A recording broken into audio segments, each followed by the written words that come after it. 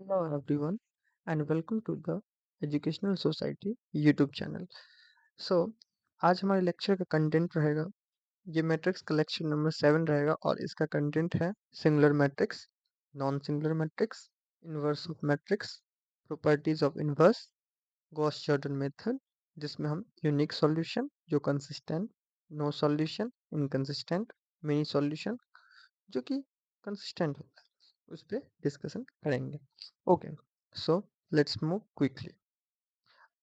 सो today आज हमने आपके लिए एक प्री रिटेन नोट्स लाए हुए हैं, क्योंकि लैक ऑफ टाइम होने के कारण जल्दी से मैं वीडियो लेक्चर रैप अप कर दूंगा। तो ये ऑलरेडी प्री रिटेन नोट्स रहेगा, इसमें हम डिटेल डिस्कशन कर लेंगे। सो बिगिन सिंगुलर मैट्रिक्स। सो सिंगुलर मैट्रिक्स क्या होता है? इफ डिटर्मिनेंट ऑफ ए एक कोई मैट्रिक्स है जो कि स्क्वायर मैट्रिक्स है, अगर उसका डिटर्मिनेंट 0 के बराबर, जहाँ पे ए कोई एक स्क्वायर मैट्रिक्स है तो उसका डिटर्मिनेंट 0 के इक्वल हो जाए तो उसको हम बोलते हैं सिंगुलर मैट्रिक्स। देन ए एक मैट्रिक्स होगा जो कि सिंगुलर मैट्रिक्स कहलाएगा। सिंपल है। नॉन सिंगुलर मैट्रिक्स क्या होता है? जिसको हम इन्वर्टिबल मैट्रिक्स भी बोलते हैं।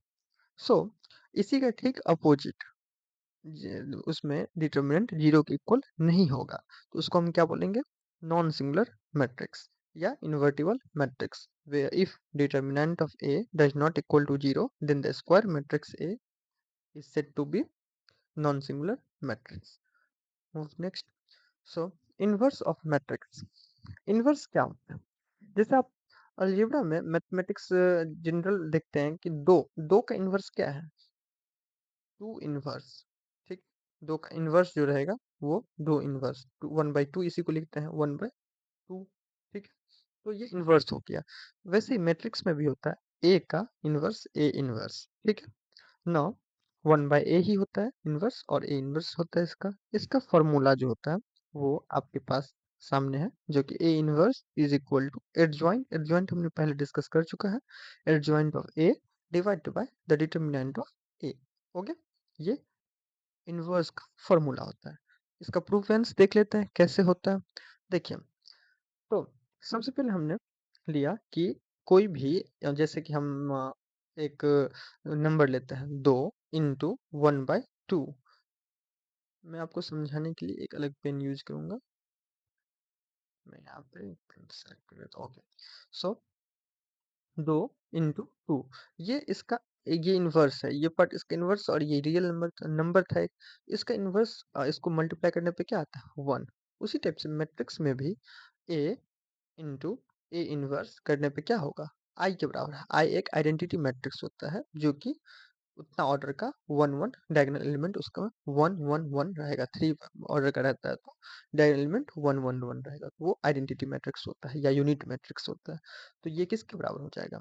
आइडेंटिटी मैट्रिक्स के बराबर। ठीक है, वही यहाँ पे हम प्रॉपर्टीज यूज किए। यहाँ पर दोनों साइड, बोथ साइड मल्टीप्लाई कर दिए एडजॉइंट से। ओके, एडजॉइंट ऑफ ए से। नाउ एडजॉइंट ऑफ ए और ए दोनों को एक साथ ले लिए, यहाँ पे रीअरेंज किए हैं, ऊपर वाले पार्ट को यहाँ पे नीचे रीअरेंज किए इस स्टेप में। ठीक है, यहाँ पे अब देखिए, तो ये जो होता है A into adjoint of A, adjoint का ही प्रॉपर्टीज यहाँ पे एप्लीकेबल होगा, जो कि हो जाएगा determinant of A into I, adjoint का first property into A inverse, यहाँ से ही ऊपर से same as it is. Now adjoint of A into I, both side I है, आइडेंटिटी मैट्रिक्स। तो एक चीज और यहाँ पे बोल सकते हैं हम, आइडेंटिटी मैट्रिक्स को किसी भी मैट्रिक्स से मल्टीप्लाई करने पे प्रॉपर्टीज ही है जो कि मैट्रिक्स का है, तो वो वही मैट्रिक्स रिटर्न हो जाता है, या फिर आई को हम कैंसिल आउट भी कर सकते हैं। तो यहाँ पे मैंने कैंसिल आउट कर दिया, तो ये A inverse into determinant of A आ गया equal to adjoint of A. Now inverse find out करना है, इनवर्स को लेफ्ट साइड रखेंगे, लेफ्ट हैंड साइड, और ये बाकी सबको राइट हैंड साइड लेके चलेगा। Adjoint of A divided by determinant of A हो गया, जहाँ पे डिटर्मिनेंट का ए का वैल्यू 0 के बराबर नहीं होगा। ये कंडीशन याद रखना, अगर 0 के बराबर हो जाता है अनडिफाइंड हो जाएगा, तो इनवर्स नॉट डिफाइंड या inverse not exist. If A determinant of A equal to 0 हो जाता है, then inverse A inverse does not does not exist, then zero के बराबर हो जाएगा। देन नाउ नेक्स्ट पेज में देखें, a square matrix is said to be a invertible or non-singular matrix if there exists a matrix B such that A B is equal to A into B is equal to I और equal to B means B एक जो है where B क्या होगा, एक inverse होगा, क्या होगा, इनवर्स होगा किसका, मैट्रिक्स A का। तो B मैट्रिक्स A का इनवर्स है, it means A into A inverse is equal to I के बराबर। सिंपल सिंपल बात है, ये अभी प्रॉपर्टी प्रीवियस पेज में यूज किया हुआ था प्रूफ करने के लिए इनवर्स का फॉर्मूला। यहीं से आप देख सकते हैं, ए इनवर्स का फॉर्मूला भी मैंने फिर से लिख दिया, adjoint of A divided by determinant of A. तो ये नॉन सिंगुलर होगा, तभी ये चीज इनवर्स क्या होगा, एग्जिस्ट करेगा। Non singular means determinant of A does not equal to zero, that is the condition for non singular of matrix. Then move next, properties of inverse देखते हैं। तो ए इनवर्स एग्जिस्ट, प्रीवियस वाला ही line मैंने यहाँ पे भी एक बार फिर से आपको प्रॉपर्टीज में इंक्लूड कर दिया कि A inverse exist if A is a non singular square matrix. Then मतलब कि ए इनवर्स एग्जिस्ट तभी करेगा जब ए एक नॉन सिंगुलर स्क्वायर मैट्रिक्स होगा। ठीक है, मतलब determinant of A does not equal to zero. ये किसके लिए कंडीशन होता था, नॉन सिंगुलर मैट्रिक्स के लिए। और सिंगुलर मैट्रिक्स के लिए क्या कंडीशन होता था कि डिटर्मिनेंट ऑफ ए जीरो के बराबर हो जाए। डिटर्मिनेंट ऑफ ए जीरो के अगर बराबर हो जाता है तो वो क्या कहलाएगा, singular matrix.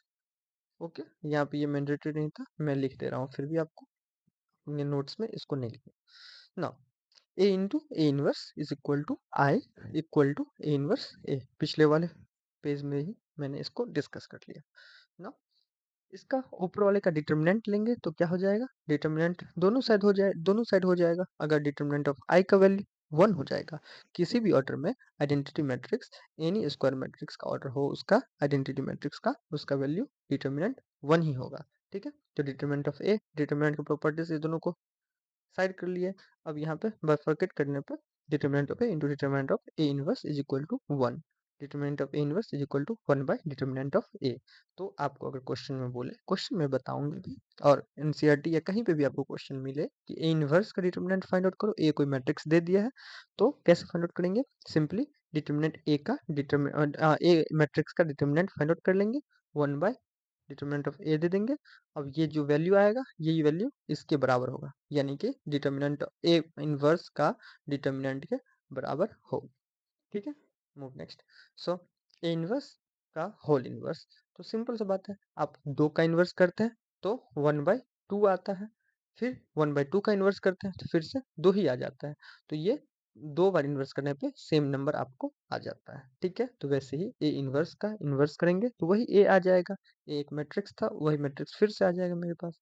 Now A B, दो मैट्रिक्स के मल्टीपल का इन्वर्स करेंगे तो क्या आएगा कि B inverse into A inverse. ये मैट्रिक्स की प्रॉपर्टीज में भी पढ़े थे हम कि ए बी का ट्रांसपोज करेंगे अगर हम, ओ ए बी का ट्रांसपोज तो B transpose into A transpose. वैसे ही इनवर्स में भी बी का पहले ट्रांसपोज, बी का पहले इनवर्स लेंगे फिर ए का इनवर्स ले लेंगे। ठीक है, तो ये सब प्रॉपर्टीज आपको रिमेंबर थोड़ा याद रखना पड़ेगा, प्रैक्टिस करते करते आपको खुद ही समझ आ जाएगा और याद भी रह जाएगा। If next six number properties देखिए, if K does not equal to zero and A is a non singular matrix, then क्या होगा कि के एक स्केलर स्केलर है, के एक जो कि रियल नंबर है कोई, जो कि जीरो के बराबर नहीं है, देन के इंटू ए का होल का inverse is equal to 1/k into A inverse. Then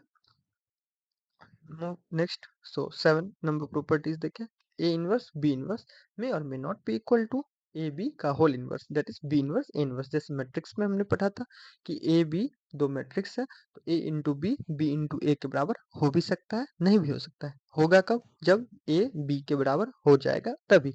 उसी टाइप से A inverse B inverse A inverse के बराबर हो भी सकता है, नहीं भी हो सकता है। आई का इनवर्स लेंगे यानी कि आइडेंटिटी मैट्रिक्स का इनवर्स लेंगे तो वो आई ही आ जाएगा। ठीक है, ए का पावर के कोई रियल नंबर है, पावर -1 यानी कि इसका इनवर्स ले रहा है, power actually -1 that is inverse. So A inverse के, इसको इस फॉर्म में लिख सकते हैं, इसको ए इनवर्स के यानी कि ए का पावर माइनस के भी कर सकते हैं, that is not actually power, that is the inverse. के बिलोंग्स टू एन वेयर के is the natural number. Okay, now if A is an orthogonal matrix, then orthogonal matrix हमने आपको बताया था क्या कि A into A ट्रांसपोज जो होता है वो I के बराबर आइडेंटिटी मैट्रिक्स के बराबर होता है ना। यहाँ पे तो ये कंडीशन A अगर ऑर्थोगोनल मैट्रिक्स है तो हम ये चीज लिख सकते हैं कि A inverse is equal to A transpose, A का इनवर्स A का ट्रांसपोज दोनों इक्वल होगा। ठीक है, कैसे प्रूफ करते हैं? तो A into A transpose I के बराबर होता है, कहाँ से? ऑर्थोगोनल मैट्रिक्स से। A inverse into A transpose, दोनों साइड हमने इनवर्स से मल्टीप्लाई कर दिया बाय मल्टीप्लाइंग